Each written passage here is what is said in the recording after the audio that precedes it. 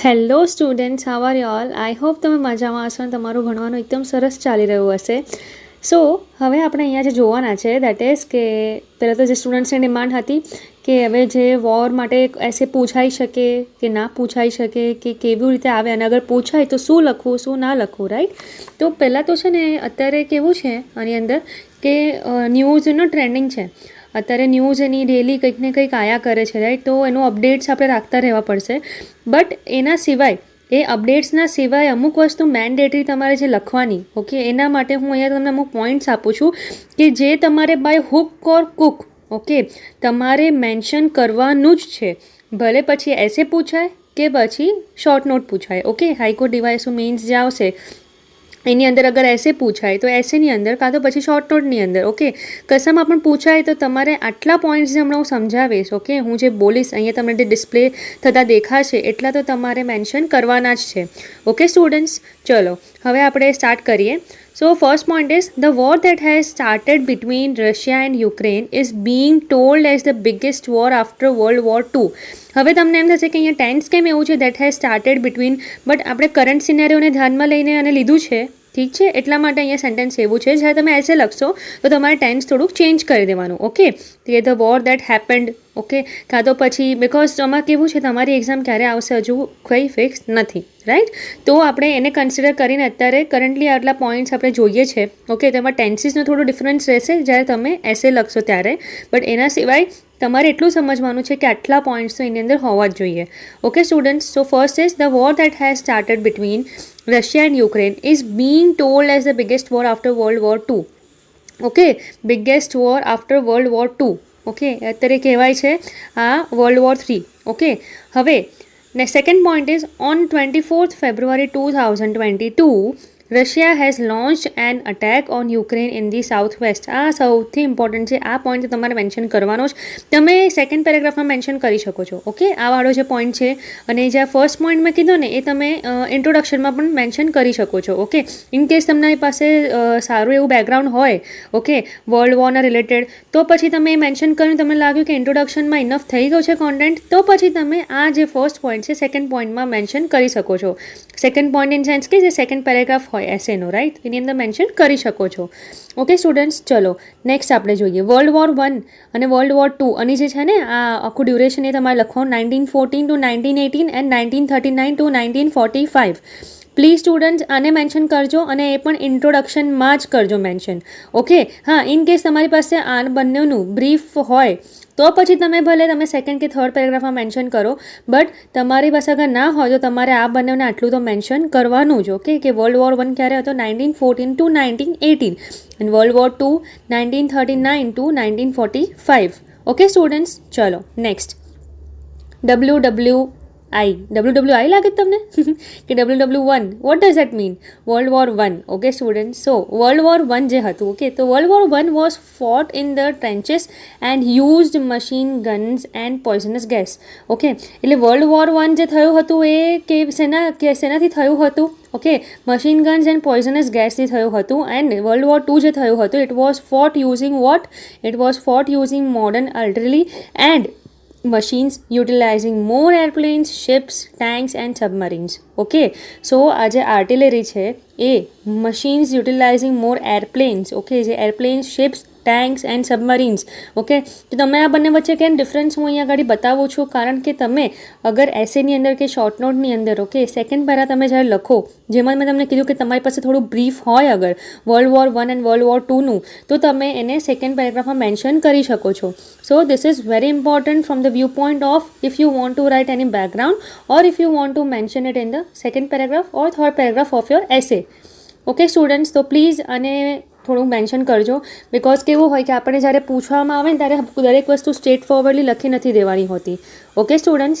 ચલો next WW2 world war 2 ended with defeat of Germany and Japan, okay. આ તો તમને બધાને ખબર જ હશે, બટ આ લખવું એટલા માટે જરૂરી છે બિકોઝ ઇનિશિયેટિવ એસે હોય કે શોર્ટ નોટ હોય that should be very perfect, okay student, એટલા માટે હું અહીંયા World War I and World War IIનું થોડુંક ઇમ્પોર્ટન્સ વધારે આપું છું. બિકોઝ કેવું છે, કરંટ અફેર્સના તો તમને લોકોને ન્યૂઝ મળતા રહેશે. હવે હું જે ન્યૂઝને મૂકીશ, રાઈટ, કરંટ અફેર્સને એની અંદર પણ ઘણા બધા યુક્રેનને એના પણ ન્યૂઝ હશે, તો એ મેન્શન કરવાના જ, પણ એના સિવાય તમારે આ જે બેકગ્રાઉન્ડ છે એ તમારે આપવું જ પડશે. Okay, so World War II ended with the defeat of Germany and Japan. It led to the rise of two new world. It led to the rise of two new world. Okay, એ બે નવા world super પાવર્સને એ લોકોએ rise આપ્યું હતું. એ કયા કહેવાય છે આજે? The USA and the Soviet union.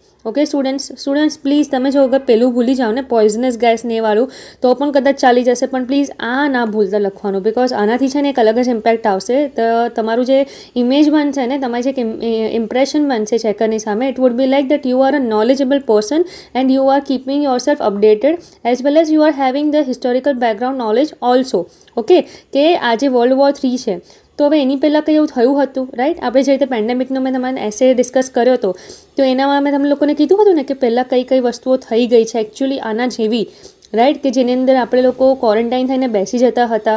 Okay, તો એ લખવાનું સેમ એ જ રીતે. ઓકે, સેમ એ જ રીતે આ જે એસે તમે લખો તો એની અંદર પણ તમારે લખવાનું. ઓકે, કે it lead to the rise of to new world super powers, the USA and the Soviet union.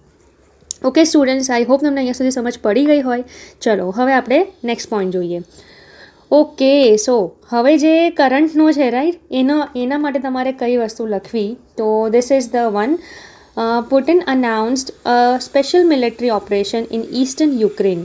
Shortly after that, missiles started dying all over Ukraine, including Kyiv, the capital of Ukraine. Okay, હવે આ શેના માટે લખવાનું, આ તમને કેમ important છે એવું હું કહું છું, તો અને હવે ધ્યાનથી સાંભળજો. Putin announce special military operation. Okay, આ જે સ્પેશિયલ મિલિટરી ઓપરેશન છે ને, આ પોઈન્ટ તમારે મેન્શન કરવો બહુ જરૂરી છે. મેં જ્યારે તમને લોકોને એસેના સ્ટેપ ડિસ્કસ કરાવ્યા હતા, રાઈટ, તો એની અંદર પણ મેં તમને કીધું હતું કે આપણે એક પોઈન્ટ પર જે સિનેરિયો છે કે કરંટ અફેર છે કાં તો પછી સ્ટેટિસ્ટિક્સ આપણે મેન્શન કરવાનું હોય છે, રાઈટ, તો એ વસ્તુમાં હવે આ કામ લાગશે.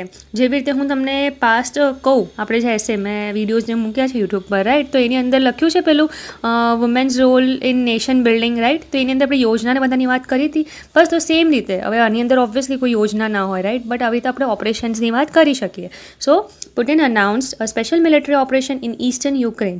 Shortly after that, missiles started dying all over Ukraine, including Kyiv. Okay, એટલે શું કહેવા માંગે છે કે આ જે ઓપરેશન છે, રાઈટ, એને અનાઉન્સ કર્યું, પણ અને એના પછી થોડાક જ સમયમાં મિસાઇલ શું થઈ ગઈ, સ્ટાર્ટ થઈ ગઈ dying all over Ukraine, including Kyiv, એટલે કે જે કેપિટલ છે યુક્રેનનું, રાઈટ, ત્યાં ગાડી પણ આ મિસાઇલ્સને મતલબ ભયાનક જ કન્ડિશન થઈ ગઈ.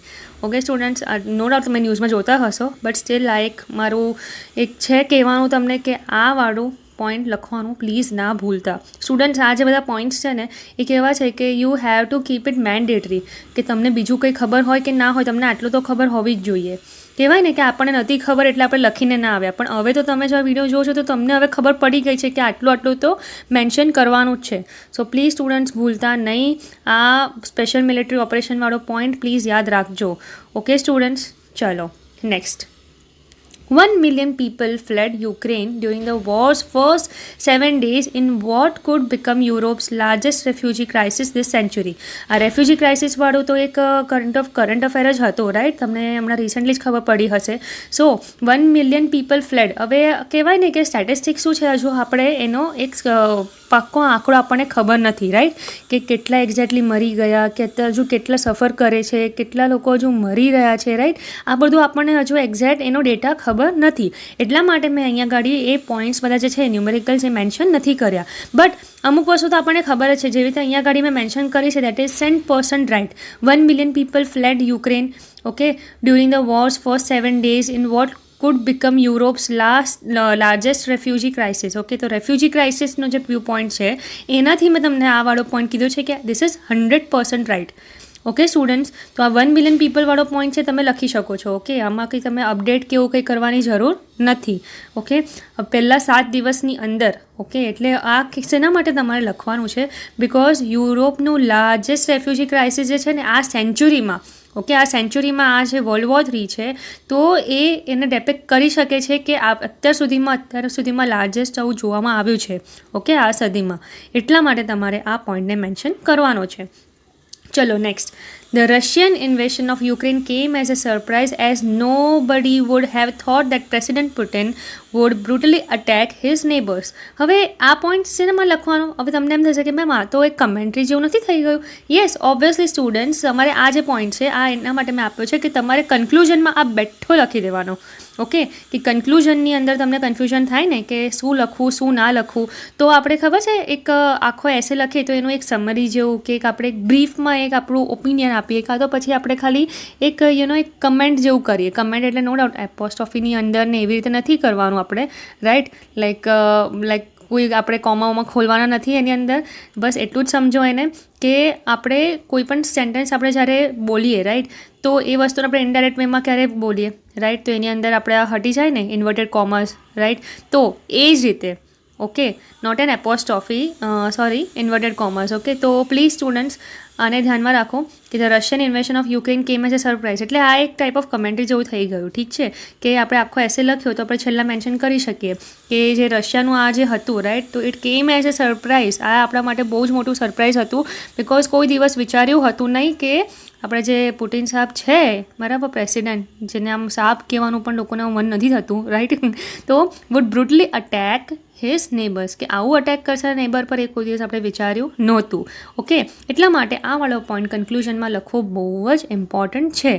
ઓકે સ્ટુડન્ટ્સ, તો તમને ખબર પડી ગઈ તમારે બેકગ્રાઉન્ડ કેવી રીતે લખવાનું, કયા પોઈન્ટ્સ પાક્કા પાયે મેન્શન કરવાના એન્ડ કન્ક્લુઝનમાં શું લખવાનું. હવે આગળ આ આખો છે ને ફૂલ આખો એસે નથી, બટ એસેની અંદર તમારે કયા કયા પોઈન્ટ્સ કઈ વસ્તુમાં મેન્શન કરવા એ મેં અત્યાર સુધી તમને સમજાવી દીધું. પણ હવે જે 3rd and 4th પેરાની અંદર મેં તમને કીધું હતું કે સ્ટેટિસ્ટિક્સ તમારે થોડુંક મેન્શન કરવાનું, તો એ હજુ ડેટા આપણી પાસે પાક્કા પાયે આવ્યો નથી. બટ સ્ટીલ સ્ટુડન્ટ્સની બહુ ડિમાન્ડ છે કે મતલબ મેમ અમને છે ને આ વોર રિલેટેડ કોઈક ને કોઈક ઇન્ફોર્મેશન કહો, કેવી રીતે શું લખવાનું, કયા પોઈન્ટ્સ મેન્શન કરવાના નહીં કરવાના. એટલા માટે હું આ બધા પોઈન્ટ્સ લઈને આવી છું તમારી સામે. હવે પ્લીઝ જો જે લોકોએ બી ડિમાન્ડ કરી હતી, પ્લીઝ એ લોકો તો આને જોજો જ, કારણ કે હવે એવું ના થાય કે તમારી પ્રોબ્લેમ્સ માટે હું અહીંયા મહેનત કરું છું ને પછી તમે લોકો એને જોતા જ નથી. ઓકે સ્ટુડન્ટ્સ, તો પ્લીઝ ધ્યાનથી આ બધા પોઈન્ટ્સ જોઈ લેજો, કશે લખવું હોય તો લખી લેજો. ઓકે, એવું હોય ને તો આને લર્ન પણ કરી લેશો ને તો પણ ચાલશે. આઈ કેન બેટ કે તમારા મિનિમમ 60% માર્ક્સ આવી જશે એસેની અંદર. ઓકે, તમારા આ પોઈન્ટ્સ અંદર મેન્શન હશે ને, તમારું જે કોન્ટેન્ટ તમે લખશો એ અલગથી, એ નો ડાઉટ એ બરાબર જ હશે. મેં સમજાવ્યું કે તમારે કેવી રીતે લખવાનું. ઓકે, અને તમારે ના ખ્યાલ આવે તો મેં સ્ટેપ્સ પણ મૂક્યા છે વિડીયોઝમાં કે એસે સ્ટેપ 1, 2, 3, 4, તો એ પણ તમે ગો થ્રુ કરજો, એ પણ તમને બહુ જ હેલ્પ કરશે. ઓકે, એસે લખવામાં. બટ કરન્ટલી હું તમને જ અત્યારે કહેવા માગું છું દેટ ઇઝ કે તમારે લોકોએ આટલા પોઈન્ટ્સ લખવાના.